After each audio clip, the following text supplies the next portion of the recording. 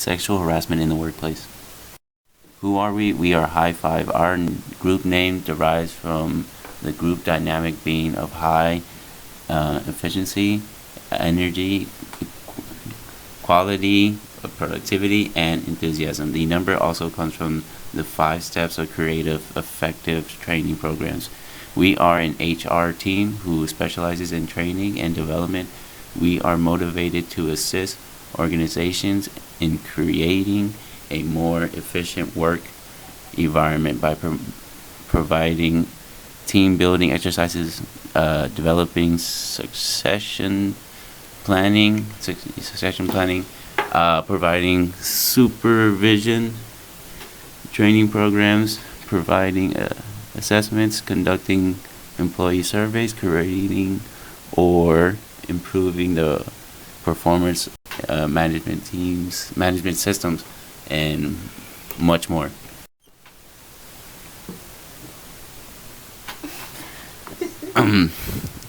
Training purposes: educate employees on sexual harassment and what may be considered sexual harassment, relevance of training development, familiarizing employees of consequences of sexual harassment, and emphasizing its importance to be educated on this subject. Training objectives. Definition of sexual harassment. Different forms of sexual harassment. Cues to identify sexual harassment. Effects sexual harassment has in the workplace. How to report sexual harassment. And implementation. ADDIE model. Analysis phase. High Five decided to discuss sexual harassment, the different forms, and its effects on individuals in the workplace because sexual harassment is a prominent issue within the United States. Group High Five would like to educate employees on the lasting effects sexual harassment has on employees and consequences the harasser may face. ADDIE model design phase. High Five had limited knowledge about sexual harassment and required extensive research and discussion. Group High Five decided that clearly stating what may be considered sexual harassment and the different forms of sexual harassment was the best way to educate themselves and employees. ADDIE model development phase.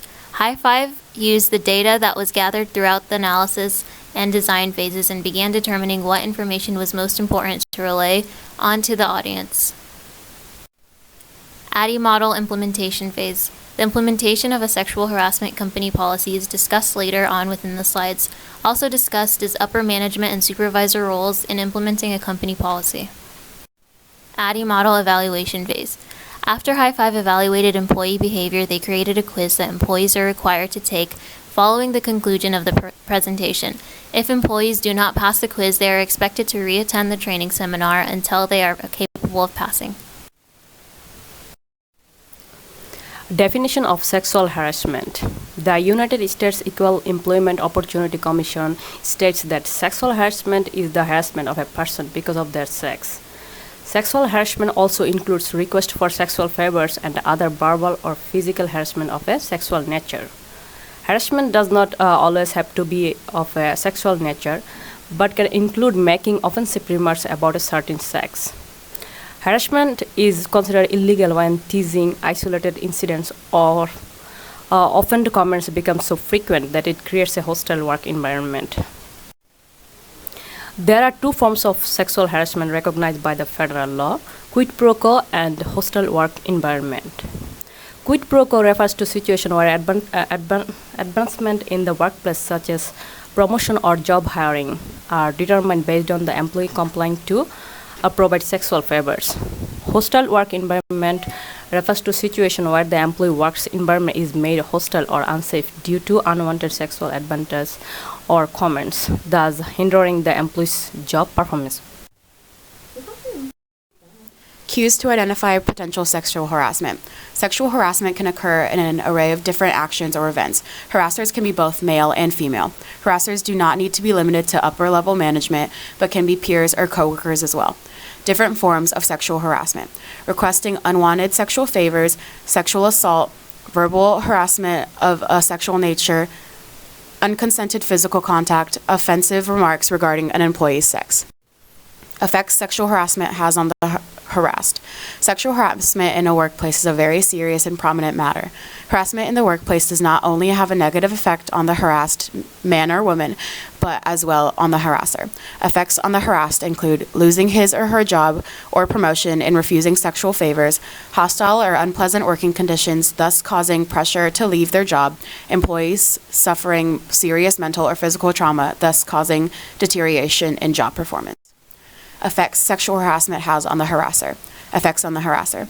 Depending on the severity of the claim, employees can be required to attend counseling, monitoring, probation, and even being transferred. Employees can be subjected to termination.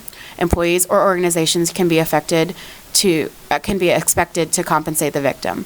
Harassment is considered a criminal offense, and harasser can face jail time.